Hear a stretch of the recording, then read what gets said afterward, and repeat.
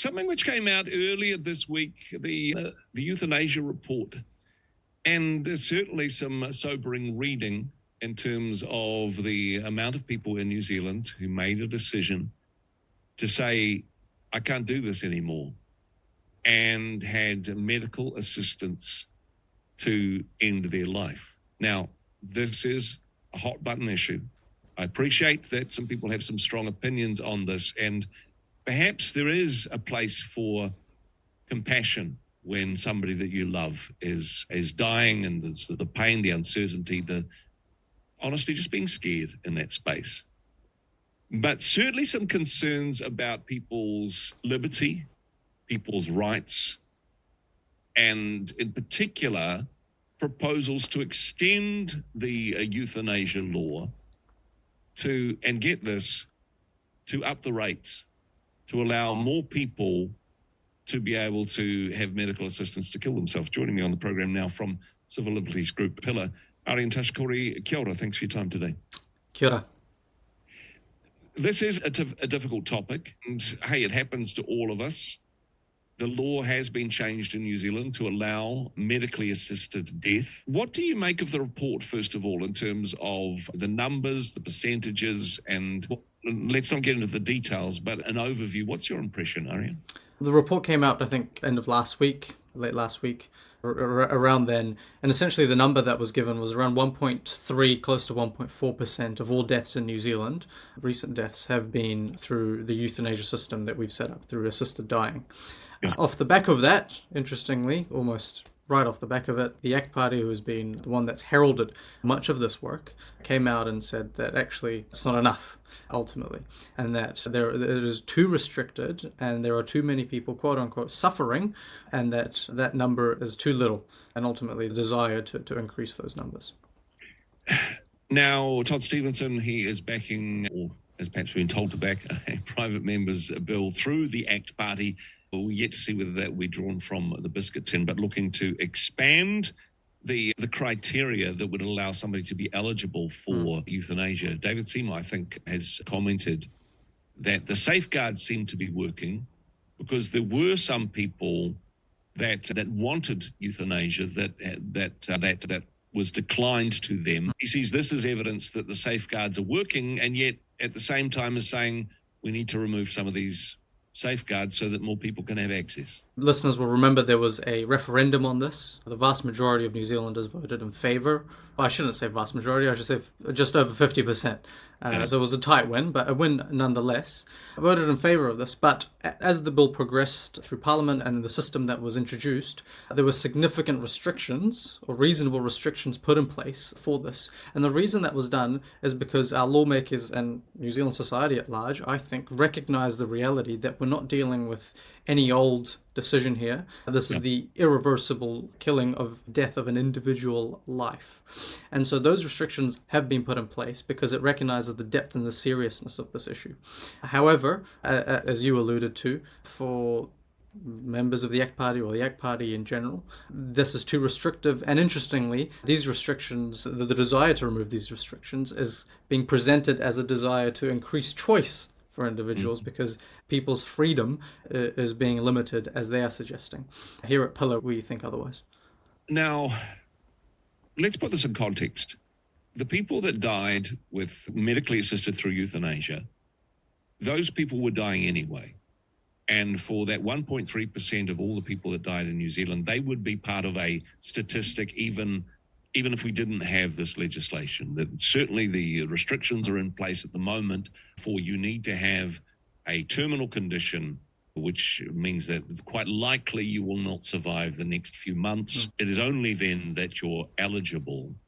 When ACT is saying that they want the restrictions removed, are we actually moving out of that inevitability into more probability? That the requirements, the criteria for euthanasia isn't just this is going to happen anyway, you just get to choose the day, into if you don't think you can do this anymore, we've got another option. At the moment, as you say, there is that 6-month prognosis, and that 6 months says there is a likelihood that your life will end up within the next 6 months, and that has to be the case. And that obviously that has to be a decision that a doctor makes based on his or her expertise, that it's within the next 6 months.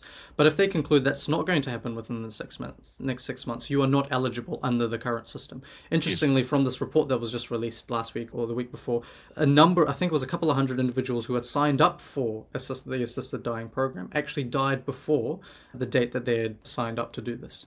The desire now is that we remove the 6-month prognosis, and that we essentially suggest that if they believe if there are certain circumstances that someone would or could die or is facing a terminal illness, that they could sign up to the euthanasia program.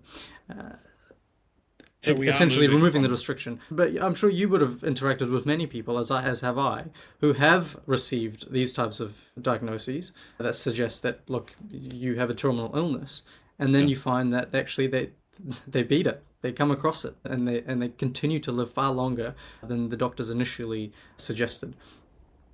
Certainly, and it is that distinction of moving from inevitability to probability. And certainly we've seen the direction of travel in other parts of the world, such as Canada and the Netherlands in particular, where there seems to be almost no restriction at all. This is complicated politically, Arian, because the ACT Party, they seem to have an ideological fixation on euthanasia. It's part of who they are and what they stand for. In some areas are also quite libertarian. They describe themselves as a libertarian party. So rights and freedoms and the sorts of things that Pillar would stand for lines up in some ways with ACT, but not in all ways. This is, I suppose, the political complexities of the world in which we live.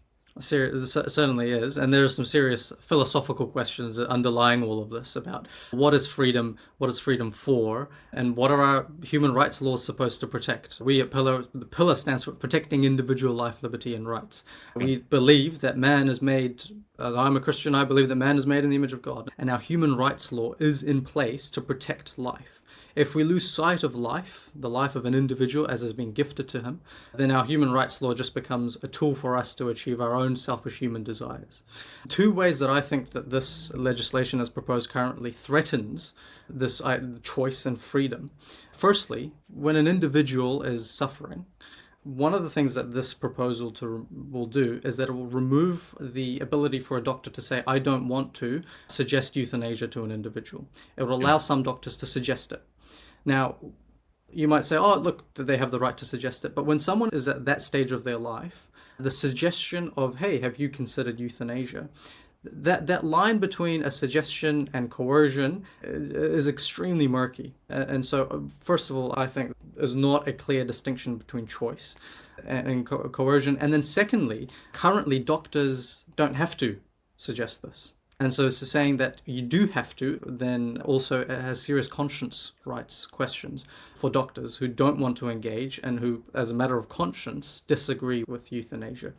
And so in this world of politics, it ultimately comes back to, I say, these deep philosophical questions about what is life, what is an individual, and who are we as human beings. And I think in this instance, the Libertarians or the ACT Party has just missed the mark on what they actually stand for. And honestly, I think that's an important distinction. Liberty is great, but what is your liberty for? What's the purpose of the freedoms that we have? And I think there is a significant answers to that within Christian faith, but you and I are perhaps biased in that regard, Arian. Hey, just finally on this one, I think it is significant because this whole framing around the euthanasia legislation as being about choice, and the fact that also the mechanism of referenda was used, that the people have decided we live in an open and free society, which we're very grateful for, that we can't go against what the people said. But honestly, the proposed amendments to the legislation, whilst, as you say, by a slim majority, people voted in favour of this in the referenda, if what was proposed then was more in line with the amendments being proposed by the ACT Party, I'm pretty sure that it wouldn't have passed the referenda. That's absolutely the case. We would never know because the vote was done on another issue. My suspicion is that if this does get picked out, or if ACT wants to run with this, that it will go to a conscience vote in Parliament, and that individual members will have to vote as opposed to party votes. That gets a bit technical. But I think what this points to, slightly on a different topic, is that our hope, and we live in a society where we are increasingly unable to answer questions about suffering.